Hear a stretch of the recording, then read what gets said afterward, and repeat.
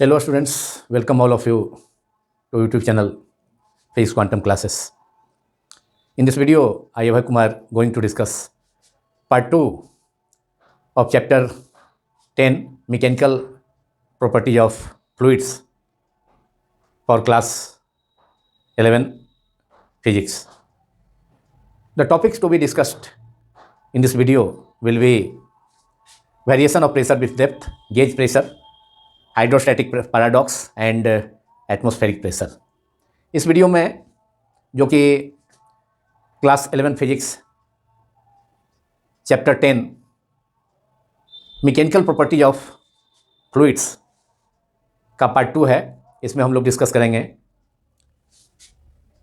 Variation of pressure with depth, गहराई के साथ दाब में परिवर्तन, गेज दाब, गेज प्रेशर, हाइड्रोस्टैटिक पैराडॉक्स, द्रव चालित विरोधाभास एवं वायुमंडलीय दाब, एटमॉस्फेरिक प्रेशर। तो सबसे पहले डिस्कस किया जाए variation of pressure with depth. Liquid के अंदर डेप्थ में जाने पर सरफेस से, लिक्विड के अपर सरफेस से जहाँ एटमॉस्फेरिक प्रेशर होता है, जहाँ एटमॉस्फेयर का प्रेशर एक्ट करता है वाटर के अपर सरफेस पर, एयर कॉलम का प्रेशर जिसे एटमॉस्फेरिक प्रेशर कहा जाता है, वायुमंडलीय दाब, तो वह द्रव के किसी लिक्विड के अपर फेस पर एक्ट करता है एटमॉस्फेरिक प्रेशर डाउनवर्ड डायरेक्शन में। तो किसी वेसल के अंदर या अगर लिक्विड जैसे किसी पॉन्ड में लिक्विड रेस्ट में है, तो वाटर के अपर सरफेस से नीचे जाने पर प्रेशर में क्या चेंज होता है, प्रेशर बढ़ता है कि घटता है, मतलब प्रेशर में क्या वेरिएशन होगा, उसको हम लोग डिस्कस करेंगे और उसके लिए एक्सप्रेशन ऑब्टेन करेंगे। और एक्सप्रेशन ऑब्टेन करने के बाद एटमॉस्फेरिक प्रेशर, जो वाटर के अपर सरफेस पर एटमॉस्फेयर का जो प्रेशर है उसे एटमॉस्फेरिक प्रेशर कहा जाता है। और उस लिक्विड के अंदर अगर सपोज किया जाए लिक्विड वाटर है, तो उस वाटर के अंदर कोई अगर पॉइंट है तो वहाँ पर जो प्रेशर होगा, तो इन दोनों प्रेशर का जो डिफरेंस, इन दोनों प्रेशर दोनों जगहों पर, मतलब एक तो एटमॉस्फेरिक प्रेशर जो कि लिक्विड के अपर सरफेस पर एक्ट होता है एटमॉस्फेरिक प्रेशर, तो वहाँ प्रेशर और एच डेप्थ में जो प्रेशर होगा, सपोज किया जाए वह प्रेशर कैपिटल पी है और एटमॉस्फेरिक प्रेशर पीए है, अपर surface of the water upper surface of the water, तो वहाँ जो प्रेशर होगा एटमॉस्फेरिक प्रेशर होगा। और एच डेप्थ में, वाटर सरफेस से एच डेप्थ में जो प्रेशर होगा वह उस प्रेशर को अगर सपोज किया जाए पी, तो कैपिटल पी और पीओ दोनों का जो डिफरेंस होगा उसे कहा जाता है गेज प्रेशर। और हम लोगों ने डिस्कस किया था, we have already discuss that pressure is directly proportional to the height of the liquid column या depth of the liquid column. मतलब प्रेशर लिक्विड कॉलम के डेप्थ पर डिपेंड करता है। अगर लिक्विड कॉलम का डेप्थ बढ़ेगा तो प्रेशर का वैल्यू भी बढ़ेगा। इस चीज़ को हम लोगों ने वीडियो 1 इस चैप्टर का उसमें डिस्कस कर लिया है। तो अब variation of pressure with depth के लिए फॉर्मूला, एक्सप्रेशन डिराइव करने के लिए सपोज किया जाए कि एक वेसल है, सिलिंड्रिकल वेसल, जिसका बेस का सिलिंड्रिकल वेसल है और उसमें लिक्विड भरा हुआ है। इस सिलिंड्रिकल वेसल में लिक्विड भरा है। सपोज किया जाए कि ये सिलिंड्रिकल वेसल है, कंटेनर है, जिसमें इसमें लिक्विड भरा है। सपोज किया जाए लिक्विड कौन सा लिक्विड है, वाटर है। तो वाटर इसमें फिलअप है और ये अपर फेस सरफेस हो गया इसका सिलिंड्रिकल वेसल का। और इसमें सपोज किया जाए कि वाटर इसमें भरा है, जिसका डेंसिटी कितना है, रो है। Let the density of water filled in this vessel, this container is rho, this is water which is filled inside the vessel. It is a vessel and the liquid is water. ये liquid है, suppose किया जाए water है। Water का density कितना होता है, suppose किया जाए डेंसिटी, इसका सिंबल डेंसिटी का रो है, लेकिन वाटर का डेंसिटी 1000 kg पर मीटर क्यूब, 10⁻³ kg पर मीटर क्यूब एसआई यूनिट में, और सीजीएस यूनिट में 1 ग्राम पर CC, that is 1 gram centimetre cube होता है। अब इस लिक्विड के, इस कंटेनर के, इस वेसल के सपोज किया जाए कि एकदम इसके अपर इंड तक, अपर सरफेस तक लिक्विड भरा हुआ है। और let us again suppose that A point, suppose किया जाए कि कोई पॉइंट 1 है जो कि एक नीचे और पॉइंट है लिक्विड के अंदर, और उस पॉइंट से कितने डिस्टेंस से सेपरेटेड है, कितने हाइट पर है, h हाइट पर है, point 1। Suppose point 1 is at height h, at height h above point 2 which is below with respect to point A. Now suppose a fluid element, a liquid element, because liquid is filled inside the vessel. So suppose a cylindrical liquid element, क्योंकि vessel cylindrical shape का है तो इसलिए इसके अंदर का जो liquid होगा उसका भी शेप कैसा होगा, सिलिंड्रिकल होगा। तो इसका एक एलिमेंट, इस पूरे लिक्विड का एक, ये पूरे वेसल के अंदर जो लिक्विड है बर्तन के अंदर, तो इसके किसी सिलिंड्रिकल सेक्शन, मतलब से इसका एक एलिमेंट कैसा होगा, जो लिक्विड होगा इस वेसल के अंदर वो सिलिंड्रिकल शेप का होगा। तो उसका एक एलिमेंट को सपोज किया जाए, suppose A small element of the liquid, that is liquid element surrounding point A and point 1 and point 2, which are separated by distance h, that is length of the liquid column. This small liquid column is h, because point 1 is h, vertical distance h above point 2, and through point 1 and 2 suppose a cylindrical liquid element of base area, suppose its base area is A and length of this liquid column is h. Now since the liquid is kept inside the vessel and liquid is in rest, that is liquid is inside the vessel is stationary, क्योंकि इस vessel के अंदर liquid क्या है, rest में है, stationery है, इसलिए इस पर इस सिलिंड्रिकल जो एलिमेंट है, इस लिक्विड एलिमेंट पर एक लिक्विड का जो एक छोटा सा, इस पूरे लिक्विड का, वेसल के अंदर पूरे लिक्विड का एक छोटा सा एलिमेंट है, अवयव है, लिक्विड का ही, द्रव का अवयव है एक छोटा सा, जो कि सिलिंड्रिकल शेप का है। तो इस लिक्विड एलिमेंट पर जो रिजल्टेंट हॉरिजॉन्टल फोर्स होगा वह क्या होगा, 0 होगा, इसलिए कि लिक्विड क्या है, रेस्ट में है। तो horizontal component, horizontal resultant force acting on this liquid element is 0। तो हॉरिजॉन्टल डायरेक्शन में रिजल्टेंट फोर्स होने का कोई क्वेश्चन ही नहीं है, क्योंकि लिक्विड रेस्ट में है। तो अब इस लिक्विड एलिमेंट पर वर्टिकल डायरेक्शन में फोर्सेस एक्ट करेंगे, और वर्टिकल डायरेक्शन में फोर्सेस एक्ट करेंगे तो वह होगा किसके कारण, इस लिक्विड एलिमेंट के अपर सरफेस पर अगर प्रेशर क्या है, P1 है, तो उसके कारण फोर्स काम करेगा। ये P1 प्रेशर एक्ट कर रहा है किधर, इस पर सरफेस के नॉर्मल, मतलब लिक्विड एलिमेंट के सरफेस के नॉर्मल इनवर्ड डायरेक्शन में, किसके द्वारा, इस लिक्विड एलिमेंट के ऊपर जो, इस लिक्विड एलिमेंट के अबव जो लिक्विड है उसके कारण इसके अपर सरफेस पर, इस liquid element cylindrical liquid element है जो बेलनाकार आकृति का है, तो इस लिक्विड एलिमेंट पर प्रेशर P1 एक्ट करेगा, इसके मतलब इस लिक्विड एलिमेंट के अपर सरफेस जो ऊपरी सिरा है उसके ऊपर स्थित लिक्विड के द्वारा प्रेशर, क्योंकि प्रेशर सरफेस की क्या होता है, परपेंडिकुलर एक्ट करता है, और चूँकि इसका जो एरिया है, surface area each circular end का, वह कितना है, A है बेस एरिया इसका। तो इस पर पूर्ण प्रेशर काम किया कितना, डाउनवर्ड डायरेक्शन में P1, और पॉइंट 2 मतलब इस पर पॉइंट 2 है कहाँ, ये सिलिंड्रिकल लिक्विड के बॉटम पर, तो इस पर भी, इस फेस पर भी, इस बॉटम फेस जिसका सरफेस एरिया भी A है, तो उस पर एक्ट करेगा कितना pressure, P2 vertical upward direction में। अपर फेस पर प्रेशर काम करेगा कितना, P1 डाउनवर्ड डायरेक्शन में, अपर फेस पर, इस लिक्विड एलिमेंट के अपर फेस पर P1 इस सरफेस एरिया के नॉर्मल काम करेगा डाउनवर्ड डायरेक्शन में, और जो लोअर सरफेस है, बॉटम है इसका लिक्विड एलिमेंट का, उस पर अपवर्ड डायरेक्शन में फोर्स काम करेगा कितना, P2 काम करेगा।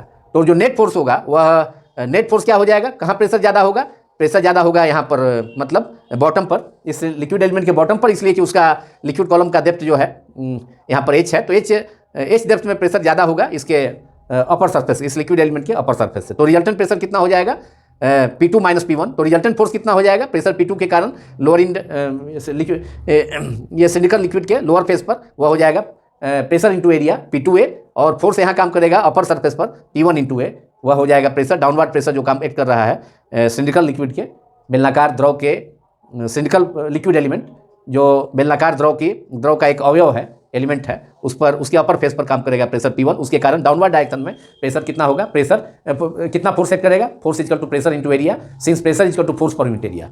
तो प्रेशर, तो रिजल्टेंट प्रेशर जो होगा वह, रिजल्टेंट फोर्स जो होगा वह P2A लोअर फेस पर, सिलिंड्रिकल एलिमेंट के लोअर फेस पर, सिलिंड्रिकल लिक्विड एलिमेंट के लोअर फेस पर P2A, ये फोर्स अधिक होगा, इसलिए लार्ज ज़्यादा होगा, इसलिए कि एच हाइट मतलब प्रेशर जो होता है वह लिक्विड कॉलम के हाइट के डायरेक्टली प्रोपोर्शनल होता है। तो इसलिए P2 प्रेशर का वैल्यू, प्रेशर P2 का वैल्यू ज़्यादा होगा P1 से, तो ये फोर्स भी अपवर्ड डायरेक्शन में जो काम करेगा P2 प्रेशर के कारण इस लिक्विड एलिमेंट के लोअर फेस पर वह अपवर्ड डायरेक्शन में होगा, और अपर फेस पर P1 प्रेशर के कारण जो फोर्स काम करेगा वह P1 इंटू ए डाउनवर्ड डायरेक्शन में। तो रिजल्टेंट प्रेशर क्या हो जाएगा, P2A माइनस, रिजल्टेंट प्रेशर तो P2 माइनस P1 हो जाएगा, और रिजल्टेंट फोर्स कितना हो जाएगा, P2A माइनस P1A, और वह किसको बैलेंस कर लेगा, क्योंकि लिक्विड रेस्ट में है, तो इसलिए वेसल के अंदर लिक्विड रेस्ट में है, तो जो force, resultant force acting on this liquid element of length h is balanced by the weight of the liquid inside the liquid element. तो इसका वेट किधर काम करेगा, डाउनवर्ड डायरेक्शन में mg। So this figure is completed now. So we have resultant force, vertical direction में केवल force काम कर रहा है, क्योंकि लिक्विड रेस्ट में है, तो ऐसे भी हम जानते हैं कि लिक्विड के द्वारा हॉरिजॉन्टल डायरेक्शन में कोई फोर्स या प्रेशर एक्सर्ट नहीं किया जाता है किसी सरफेस पर, इसलिए कि लिक्विड रेस्ट में है। अगर हॉरिजॉन्टल डायरेक्शन में फोर्स अगर एक्ट करेगा लिक्विड के द्वारा किसी सरफेस पर, तो हॉरिजॉन्टल डायरेक्शन में भी लिक्विड का, हॉरिजॉन्टल डायरेक्शन में लिक्विड का मोशन होगा, लेकिन यहाँ तो हाइड्रोस्टैटिक का केस है, हाइड्रोस्टैटिक्स का, इसलिए कि लिक्विड रेस्ट में है, तो इसलिए हॉरिजॉन्टल जो रिजल्टेंट हॉरिजॉन्टल फोर्स होगा इस लिक्विड एलिमेंट पर वह 0 होगा, लेकिन वर्टिकल डायरेक्शन में फोर्सेस है, तो नेट फोर्स कितना हो जाएगा acting on the liquid element, net force, net माने total force, resultant force, net और रिजल्टेंट फोर्स, और ये किधर काम करेगा, अपवर्ड डायरेक्शन में। रिजल्टेंट फोर्स मतलब upward force, upward vertical force होगा, upward vertical force acting on the liquid element inside the liquid kept in the vessel। तो नेट और resultant force that is upward vertical force acting on the liquid element inside the liquid kept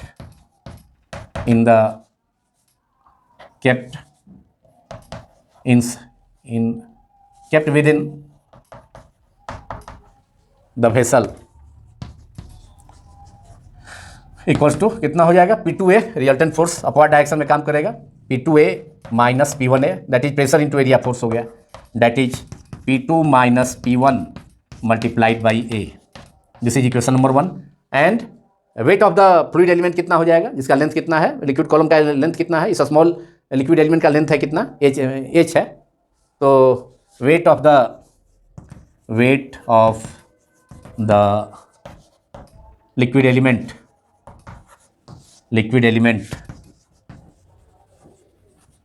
of length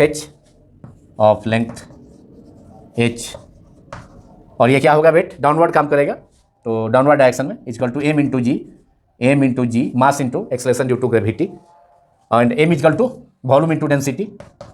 we have already suppose that density of the liquid filled inside the vessel is rho. हमने शुरू में ही suppose कर लिया है कि इस vessel के अंदर, बर्तन के अंदर, जो सिलिंड्रिकल वेसल है, बेलनाकार बर्तन है, उसके अंदर का लिक्विड का कितना डेंसिटी है, रो है। अगर वाटर होगा तो वाटर का डेंसिटी 1000 kg/m3, तो v इंटू रो, अभी कितना हो जाएगा, area into length, that is area, length कितना होगा लिक्विड एलिमेंट का, h होगा, और डेंसिटी कितना हो गया, रो हो गया।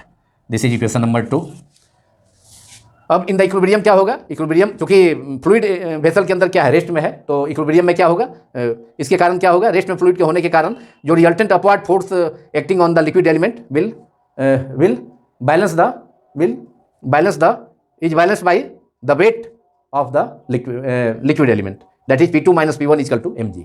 सो in the equilibrium, for the equilibrium of the liquid, that is since the liquid in rest, we have vertical upward pressure acting on the liquid element, that is P2 minus P1 multiplied by A will equal to weight of the liquid column। So दोनों एक दूसरे के opposite direction में है, दोनों एक दूसरे को क्या करेगा, रिजल्टेंट फोर्स रिजल्टेंट फोर्स को रिजल्टेंट फोर्स वेट के द्वारा क्या होगा, बैलेंस हो जाएगा लिक्विड एलिमेंट के। Therefore since in the equilibrium of the liquid, चूंकि लिक्विड रेस्ट में है तो उसे इक्विलिब्रियम में कहा जाएगा, इन द इक्विलिब्रियम या for the equilibrium of the liquid inside the vessel we have resultant upward force, that is P2 minus P1 multiplied by A equals to weight of the liquid column which is mg, mass into acceleration due to gravity। और osmos g क्या है, earth surface पर इसका value कितना होता है, standard value 9.8 metre पर second square SI unit में, और mass equal to volume into density, and volume equal to volume of the liquid element. इस लिक्विड एलिमेंट का जो सिलिंड्रिकल शेप का है, यहाँ जो हमने छोटा सा सिलेंडर बनाया है लिक्विड के अंदर, तो वही लिक्विड एलिमेंट है, और जिसका सरफेस एरिया कितना है, बेस एरिया ए है। तो यहाँ पर volume equal to area into length of the liquid column which is H multiplied by density, हमने सपोज किया है rho is the density of the liquid inside the vessel. So P2 minus P1 into A resultant upward force balances the weight of the liquid column which is m into g, or m is V into density, volume into density, and volume is A into H into rho, A into H multiplied by rho, and now we have also we have G, also it is G into G, V into rho तो मास हो गया multiplied by G, equation 2 में भी होगा G, यहाँ पर भी G से मल्टीप्लाई होगा, रो के बाद G से मल्टीप्लाई हो गया, A into H into rho into G, V into rho into G, M की जगह V into rho, volume into density is equal to mass multiplied by acceleration due to gravity is equal to A into H into rho into G।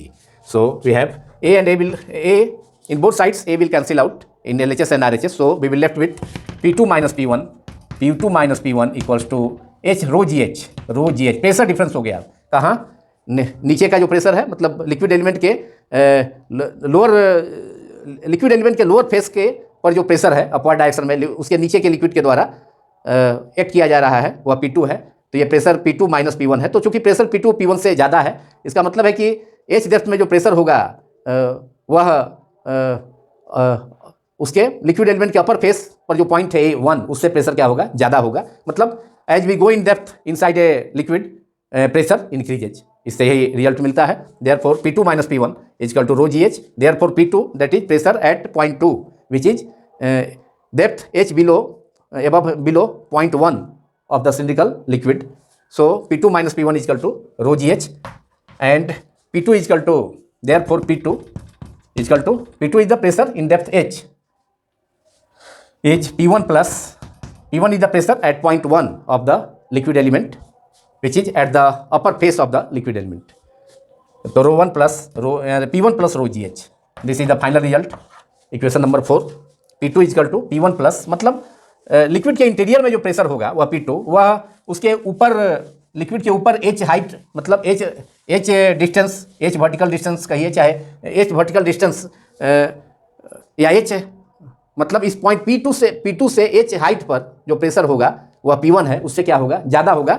P1 से H depth में जो pressure होगा वह pressure P2 point 2 पर pressure ज़्यादा होगा। कितना से ज़्यादा होगा, रो GH से ज़्यादा होगा।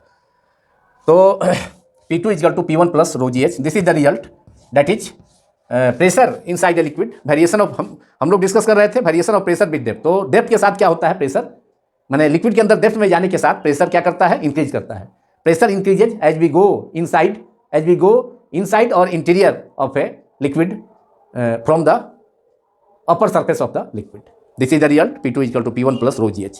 अब सपोज किया जाए पॉइंट 1 या सिंड्रिकल लिक्विड एलिमेंट का अपर फेस एकदम कहाँ चला गया, टॉप पर। इसका अपर मतलब इस ये जो सिंड्रिकल वेसल है इसके अपर फेस पर, जहाँ इसके ऊपर क्या है, एयर है, तो यह शिफ्ट कर गया यहाँ। तो पॉइंट 1 इज शिफ्टेड टू या upper face of the cylindrical liquid is shifted to the upper face, मतलब upper face of the vessel, cylindrical vessel. So P1 is replaced by atmospheric pressure, and now let P2 be equal to P, that is pressure below H from the upper face of the upper surface of the vessel is P2 is equal to P. Suppose P2 is equal to P. So now let point 1 of the cylindrical liquid, that is cylindrical liquid is shifted to upper face of the cylindrical liquid is shifted to the upper surface of the vessel. Let point 1 of the cylindrical liquid, that is upper face of the cylindrical liquid is its upper face, that is let point 1 of the cylindrical liquid, that is upper face of the cylindrical liquid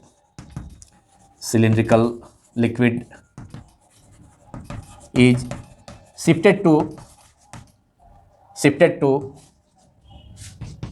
the upper face of the vessel, that is in contact with air. उसके ऊपर क्या है, अपर face के ऊपर cylinder, ये vessel के ऊपर क्या है, एटमॉस्फेरिक प्रेशर है. यहाँ प्रेशर क्या है, एटमॉस्फेरिक प्रेशर है, एयर का प्रेशर है, इसके ऊपर एयर है. तो ये shifted to the upper end of the vessel, that is in contact with air, that is in contact with air.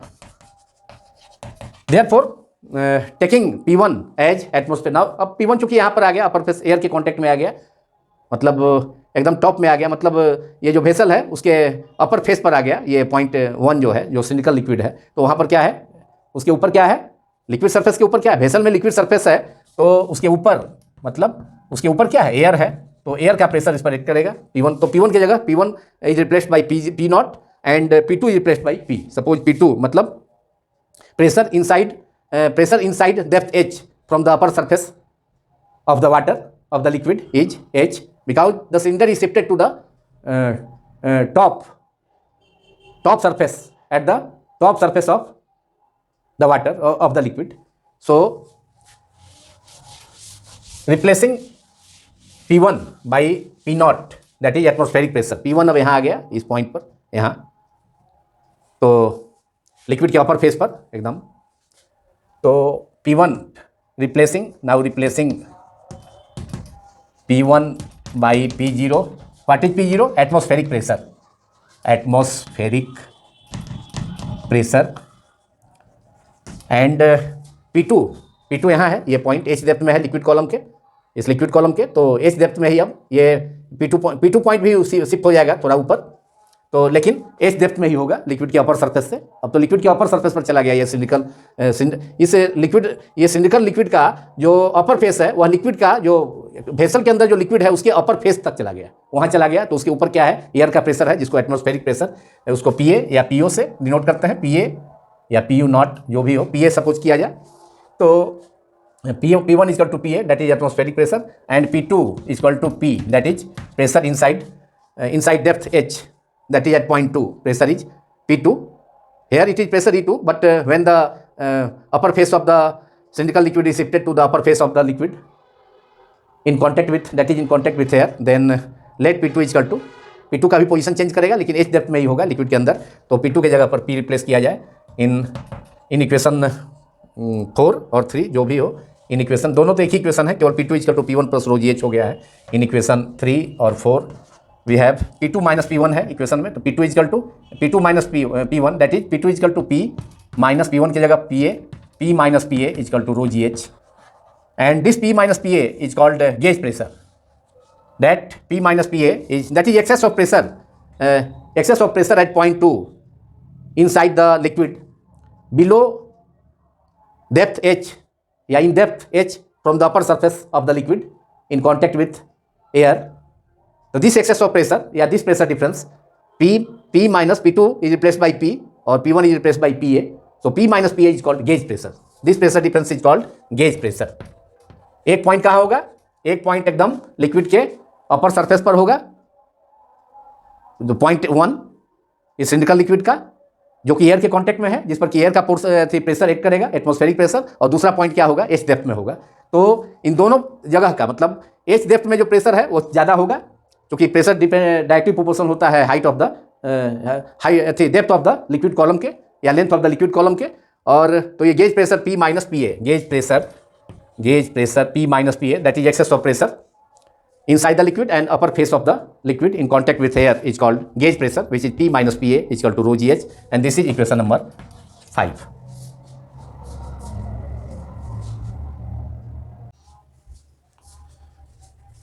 Next topic we have to discuss in this video is hydrostatic paradox.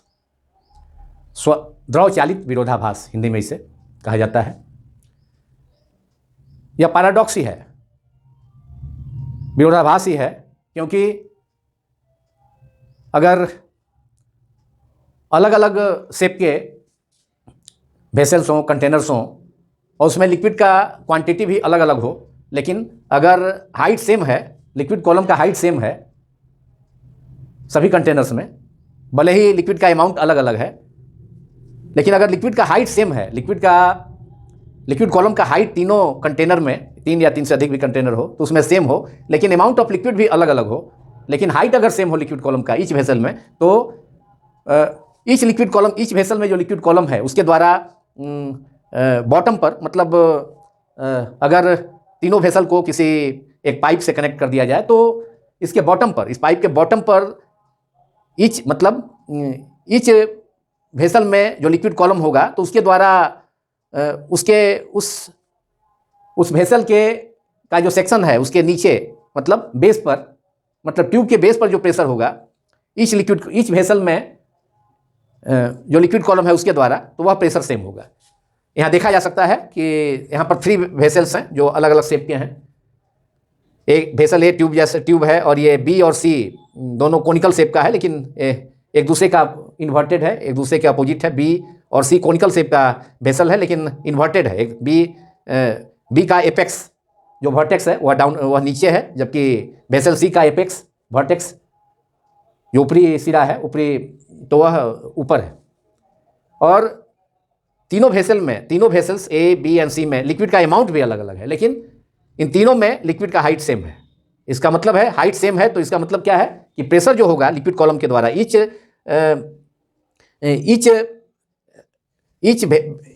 Vessel के द्वारा, each vessel के अंदर जो liquid column है उसके द्वारा जो all 3 vessels के बॉटम को एक ट्यूब से कनेक्ट कर दिया गया है जिसमें भी लिक्विड है, तो इन तीनों वेसल के लिक्विड कॉलम के द्वारा इसके बेस पर, मतलब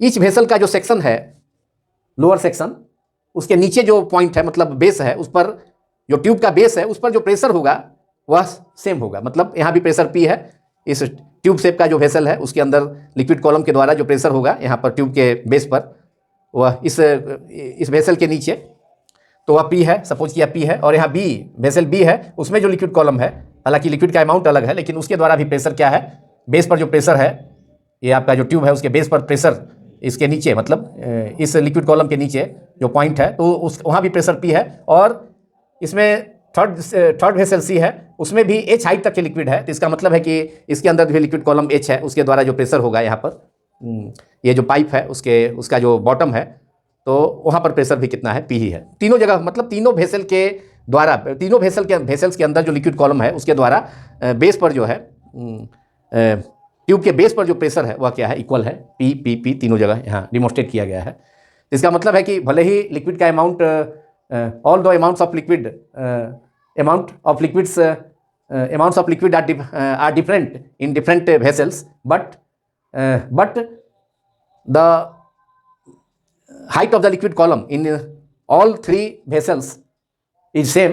So pressure due to the liquid columns, suppose liquid is water, so suppose pressure due to the liquid column in each vessel at the base is same, will be same, that is P। और यहाँ पर भी second vessel B है, उसके अंदर भी liquid column के द्वारा यहाँ जो बेस है, ट्यूब का बेस है, उस पर जो प्रेशर होगा वह सेम होगा। और लिक्विड, ये सी, वेसल सी के अंदर जो लिक्विड कॉलम है वह भी, उसमें भी लिक्विड का हाइट सेम है, तो इसलिए सेम हाइट का लिक्विड कॉलम है, तो इसके द्वारा भी प्रेशर इसके बॉटम पर क्या होगा, बॉटम सरफेस पर, ट्यूब के बॉटम सरफेस पर सेम ही होगा, उतना ही होगा, पी होगा, जितना कि वेसल ए के अंदर है बॉटम पर प्रेशर, उतना ही वेसल बी के अंदर भी, उसके बी के ठीक नीचे भी जो बॉटम सरफेस है ट्यूब का, वहाँ प्रेशर उतना ही पी है। और सी के नीचे भी, मतलब सी, वेसल सी, कंटेनर सी के लिक्विड कॉलम के ठीक नीचे भी प्रेशर होगा बॉटम सरफेस पर ट्यूब के, वह भी कितना है, पी ही है। So it is called hydrostatic paradox, which is, जो कि एक द्रव चालित विरोधाभासी है कि अमाउंट अलग अलग है सभी कंटेनर में, सभी वेसल्स में, लेकिन लिक्विड का हाइट सेम है तो प्रेशर भी सेम है, और इस रिजल्ट को हम ऑब्टेन करते हैं hydrostatic pressure P equal to rho G H. तो वह एच के रो लिक्विड का डेंसिटी कांस्टेंट है, G acceleration due to gravity किसी प्लेस पर कांस्टेंट है, तो P प्रोपोर्शनल होगा किसके, एच के। मतलब हाइड्रोस्टैटिक प्रेशर जो होता है वह depth of the liquid column के प्रोपोर्शनल होगा। तो इस आधार पर ये एक इंपॉर्टेंट रिजल्ट ऑब्टेन होता है हाइड्रोस्टैटिक्स में, जिसको हाइड्रोस्टैटिक पैराडॉक्स कहा जाता है, which is the liquid pressure is the same at the same horizontal level that is same depth, and it is called hydrostatic paradox. Now in last we have to discuss atmospheric pressure. Atmospheric pressure is what? Atmospheric pressure is the pressure exerted by the atmosphere, that is air, on the liquid surface. मतलब atmosphere भी, air भी liquid surface पर pressure exert करता है, and that pressure is called atmospheric pressure. So atmospheric pressure is equal to the length of the weight of the liquid column of unit cross sectional area extending from a point on the earth surface to the upper point of the atmosphere. So atmospheric pressure, which is denoted by the symbol Pa. And what is atmospheric pressure? It is the pressure exerted by the atmosphere on the earth surface. It is defined as atmospheric pressure is defined as the pressure exerted by the atmosphere, that is air on the earth surface. और जैसा कि मैंने बताया atmospheric pressure कितने के equal होगा, मतलब atmosphere का जो एयर है उसके एयर के वेट के इक्वल होगा, जो कि एयर के वेट का इक्वल होगा, जो कि अर्थ सरफेस पर एटमॉस्फेरिक प्रेशर के कारण अप्लाई होता है यूनिट एरिया के कारण, और यूनिट एरिया का एक पॉइंट अर्थ सरफेस पर होगा, दूसरा point upper point of the atmosphere होगा. तो 1 एटमॉस्फेरिक प्रेशर हो गया, वैल्यू कितना हो गया 1 atmospheric pressure. 1 atmospheric pressure equal to SI unit of pressure is pascal, 1.03 into 10 to power 5 Pascal. So 1 Pascal equal to 1 Newton per meter square. 1 Newton per meter square. 1 Pascal का मतलब है 1 Newton per meter square. और atmospheric pressure 1 atmospheric pressure को हम pascal में कितना express करेंगे, Newton per metre square, और पास्कल में जो कि 1.013 into 10 to power 5 Pascal. Now another units of atmospheric pressure are, this is the first unit. Atmospheric pressure का पास्कल हो गया, और एक एटमॉस्फेरिक प्रेशर का value 1.013 into 10 to power 5 Pascal. Another bigger units of atmospheric pressure are torr and also bar.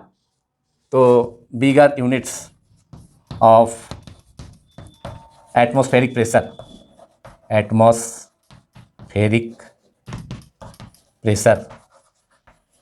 1 Pascal equal to 1 Newton per meter square. Newton per metre square कहें या उसी को जगह पास्कल यूज करें, SI unit of pressure है. और एक atmospheric pressure जो ऊपर हमने कैलकुलेट किया वह 1 एटमॉस्फेरिक प्रेशर है, जिसको पास्कल के टर्म में एक्सप्रेस किया 1.013 into 10 to power 5 Pascal. It is not 1 Pascal but it is 1 atmospheric pressure which is expressed in Pascal. Sorry for that. तो bigger units of atmospheric pressure are